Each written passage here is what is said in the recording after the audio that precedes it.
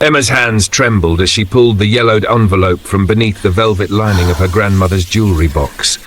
The box clattered to the floor, scattering earrings across the hardwood, but Emma couldn't look away from what she held. The ink had faded to a ghostly brown, but the words were still legible. To my dearest Margaret. Postmarked October 1943. Still sealed. What did you find? Margaret's voice cut through the silence of the cluttered bedroom. At 96, her grandmother rarely showed emotion anymore, but now her face had gone chalk white. Emma turned the envelope over in her hands. Grandma, this is addressed to you, from 1943. You never opened it. Margaret reached for her walker, her knuckles white against the metal frame. Give it to me. But when Emma held it out, Margaret recoiled as if the paper might burn her. That's from James, she whispered. My James. Emma had heard the name exactly twice in her life. Once when she was 12, asking about the man in the old photograph on her grandmother's dresser. Once at her grandfather's funeral, when Margaret had whispered, I loved your grandfather with everything I had, but James had my first love, and you never get that back. He was your fiancé, Emma said, before Grandpa. He went missing in Italy, October 1943. Margaret lowered herself onto the bed, her eyes never leaving the envelope. I couldn't open it. Everyone said he was dead, but as long as I didn't read those words, as long as I didn't see his goodbye. Her voice cracked. He could still be alive somewhere. Emma sat beside her, the envelope feeling impossibly heavy in her hands. But you married Grandpa 2 years later. I had to live, Emma. I couldn't wait forever for a ghost. Tears streamed down Margaret's weathered cheeks. But I couldn't throw it away either, so I hid it, and I tried to forget. The room felt smaller suddenly, pressing in with 80 years of grief. Emma made a decision. Let me find out what happened to him. Let me find his family. They deserve to know about this letter. Margaret looked at her granddaughter for a long moment. And if you find them, then we'll decide together what to do with it. If you're already hooked by this love story frozen in time, hit that subscribe button and turn on notification for more stories like this. 3 days later, Emma sat in a coffee shop in Brooklyn, her laptop open to military databases and ancestry websites. James Theodore Brennan, 22 years old when he went missing. 504th Parachute Infantry Regiment. She'd found his service record, his enlistment photo, a young man with dark eyes and a half smile that made her grandmother's young face in their photos make perfect sense. She'd also found a living relative. The door chimed, and a man in his late 60s walked in, scanning the room. Emma raised her hand, and Robert Brennan made his way over, carrying a cardboard box that looked like it had survived several moves. You said you have a letter from my uncle? Robert set the box on the table between them.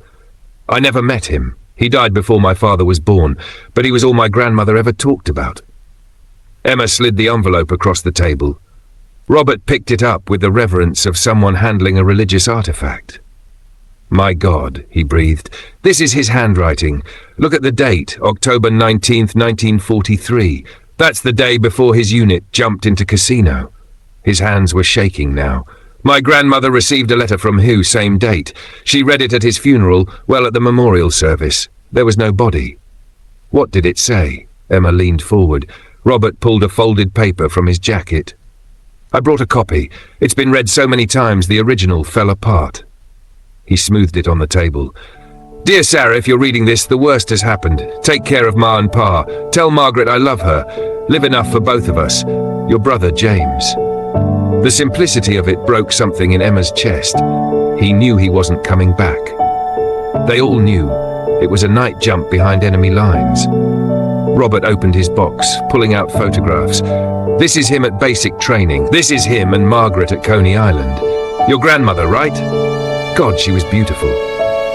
Emma stared at the photo. Margaret's head was thrown back in laughter. James's arm around her waist, both of them so young they looked like children playing dress-up in adult clothes. There's someone else you need to meet, Robert said. My Aunt Sarah, James's sister. She's 94, sharp as a tack, and she's been waiting her whole life for someone to ask about her brother. 2 days later, Emma and Robert stood on the porch of a small house in coastal Maine. The door opened before they could knock. Sarah Brennan was tiny, bent with age, but her eyes were fierce and clear. "You brought it? The letter?" "I brought a photo of it," Emma said. "The original is still with my grandmother. She wants to know what happened to James before she decides whether to open it." Sarah ushered them inside to a living room crowded with photographs. James was everywhere, in uniform, in civilian clothes, at different ages, always with that same half-smile. "Sit," Sarah commanded. "I'll tell you about my brother, and then you'll tell your grandmother that he died a hero, even if that's not much comfort." She settled into an armchair, her gnarled hands folded in her lap. James was supposed to be a teacher. He loved poetry, would recite Whitman and Dickinson at the dinner table until Pa told him to shut up. A smile ghosted across her face. "He met Margaret at a USO dance in 1942. He came home and told me, 'Sarah, I met the girl I'm going to marry.' 2 weeks later, he enlisted." "Why?" Emma asked. "Because he couldn't marry her if there was no world left to live in." Sarah's voice hardened. "He proposed to her in May 1943, gave her our mother's ring. They were supposed to marry when he came home." She stood, moving to a bookshelf, and pulled down a shoebox. Inside were letters, dozens of them, tied with string. He wrote every week, told us about his friends, the Italian countryside, how much he missed American food. She selected one near the bottom. This one came after he died, took 6 months to reach us. Robert took the letter carefully. "May I?" Sarah nodded, and he read aloud. "Dear Sarah, we're going out tomorrow night. I can't tell you where, but it's the kind of mission that makes you write letters you hope no one has to read. I'm not afraid. That's the strange part. I'm ready to do my part. But I wish I could see Margaret one more time. I wish I could watch you become the artist you're meant to be.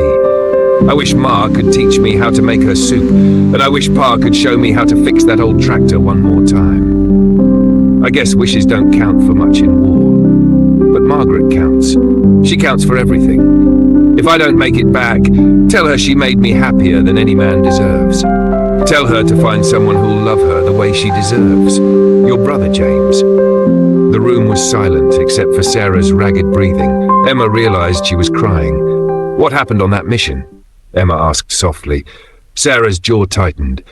"They were ambushed. Half the unit was killed in the first 10 minutes. The survivors said James stayed behind to help evacuate the wounded. He drew enemy fire so others could escape." She looked directly at Emma. "He was declared missing in action because they couldn't recover his body. We had a memorial service with an empty coffin." "But that's not the end of the story, is it?" Robert said quietly. Sarah met his eyes. "In 1949 they found remains. Dental records confirmed it was James. The army wrote to us. They'd buried him in an American cemetery in Italy." Her voice dropped to a whisper. "We never told Margaret. She'd already married by then. We thought it would only bring her pain." If you're enjoying this story so far, tap the like button. That's how to tell the algorithm that this story matters. And it does. Emma returned to her grandmother's nursing home with a folder full of documents. Margaret was sitting by the window, staring out at nothing. "I found him, Grandma." Margaret's head turned slowly. "Tell me." Emma sat down and took her grandmother's papery hand. "He died a hero. He saved lives. And they found him. He's buried in Sicily, Rome, American cemetery in Italy." She paused. "His family never told you because you'd moved on. They thought they were protecting you. All this time," Margaret whispered, "all this time I thought he was just gone, lost, but he was somewhere. He had a place." Tears rolled down her cheeks. "I could have visited him. I could have said goodbye." "You still can," Emma said, "and I think you should read his letter first." Margaret looked at the envelope Emma pulled from her bag. Her hand reached out, hesitated, then took it. For a long moment, she just held it, feeling the weight of 80 years. "Read it to me," she said finally. "I don't trust my eyes anymore." Emma carefully opened the envelope, breaking the seal that had held for 8 decades. The letter inside was written in neat, cramped handwriting on thin paper. "My dearest Margaret," Emma began, her voice catching. "If you're reading this, then I won't be coming home to marry you. I want you to know that's my only regret. Not the fighting, not the dying, but missing out on our life together." Margaret's eyes closed. I dream about it every night. A house with a porch where we can drink coffee in the morning. Children with your laugh and my stubborn streak. Teaching history to kids who'd rather be anywhere else. While you paint in the studio, I'd build in the attic. Growing old together, fighting about whose turn it is to do dishes, making love like teenagers even when we're 70. A sob escaped Margaret's throat. I'm writing this the night before a mission I might not survive. I'm not afraid for myself, but I'm terrified of losing you, of never seeing you again, of all those dreams dying with me. But here's what I need you to know, my love. If I don't come back, you have to live. You have to find happiness. You have to let someone else love you, and you have to love them back. Don't wait for me, Margaret. Don't become a ghost haunting our unfinished life. Emma's voice was barely a whisper now. I loved you with everything I was and everything I could have been. You were my first thought in the morning and my last prayer at night. You made me believe in forever, even when forever might only be 22 years. Wait for me if you can, darling. But if you can't, know that my last thought was of your smile and my last wish was for your happiness. Forever yours, James. Margaret was shaking with sobs. Emma set the letter down and wrapped her arms around her grandmother, feeling the fragile bones, the lifetime of grief finally breaking through. I did what he asked, Margaret gasped. I found someone else. I loved your grandfather. We had a good life, a beautiful life. But James... She clutched the letter to her chest. James, I'm so sorry I didn't read this. I'm so sorry I couldn't wait. He told you not to wait, Emma said. He loved you enough to let you go. I need to see him. Margaret looked up, her eyes clearer than Emma had seen them in years. I need to go to Italy. I need to say goodbye. 3 months later, Emma pushed her grandmother's wheelchair through the Sicily-Rome American cemetery. Robert and Sarah walked beside them, 3 generations connected by one soldier's love. The cemetery stretched endlessly, white crosses and stars of David in perfect rows.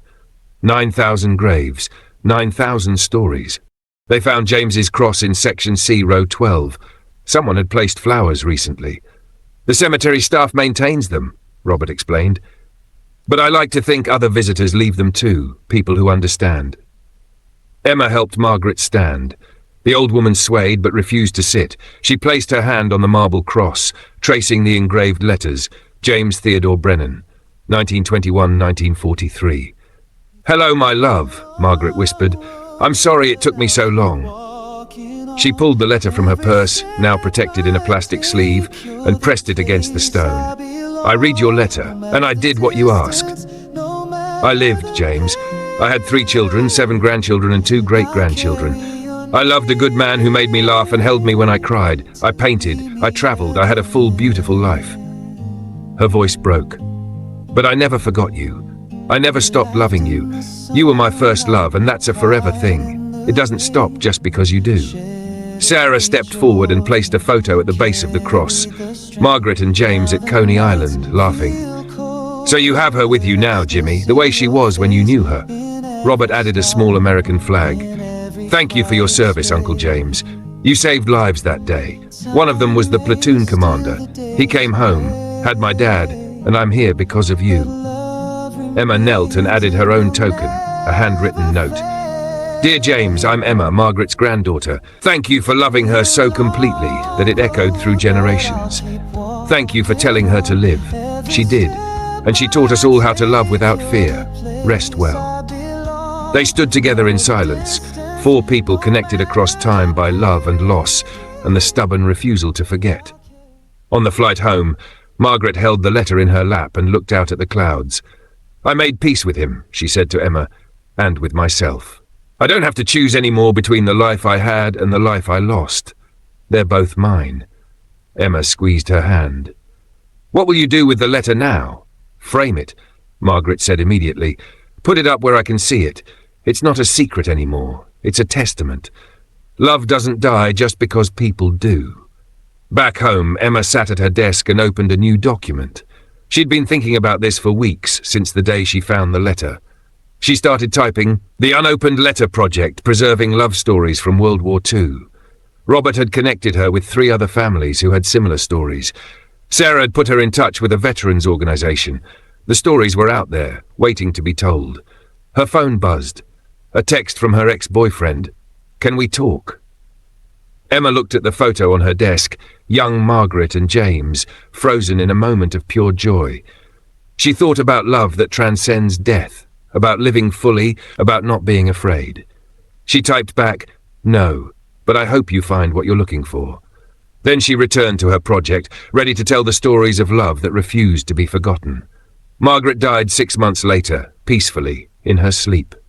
At her funeral, Emma placed 2 photographs on the casket, one of Margaret and her grandfather on their 50th anniversary, and one of Margaret and James at Coney Island. She loved completely, twice, Emma told the gathered family.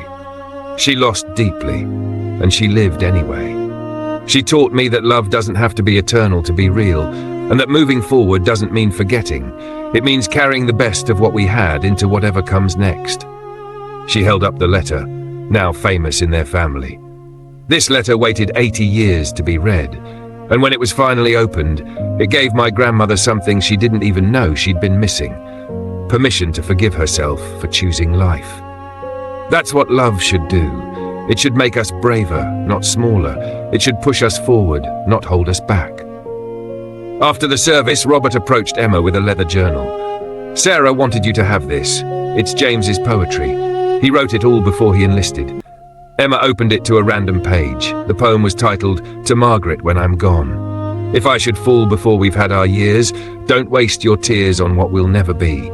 Instead, go live the life we dreamed, my dear, and know that loving you set me free." She closed the journal, pressing it against her heart. If this story sincerely touched your heart, do 3 things right now. First, hit that like button. Second, subscribe to this channel because every week we bring you more stories of love, loss, and the human spirit. Third, leave a comment telling us about a love story in your family that deserves to be remembered. Over 400,000 American soldiers died in World War II. Each one left behind people who loved them. Each one had dreams that died with them. But their stories don't have to die too. Margaret kept James's letter for 80 years, afraid of what it might say. But when she finally opened it, she found not an ending, but permission to have lived the life she chose.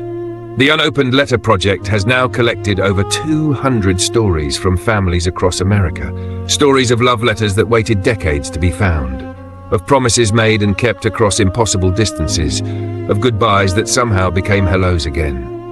Because love doesn't end when hearts stop beating.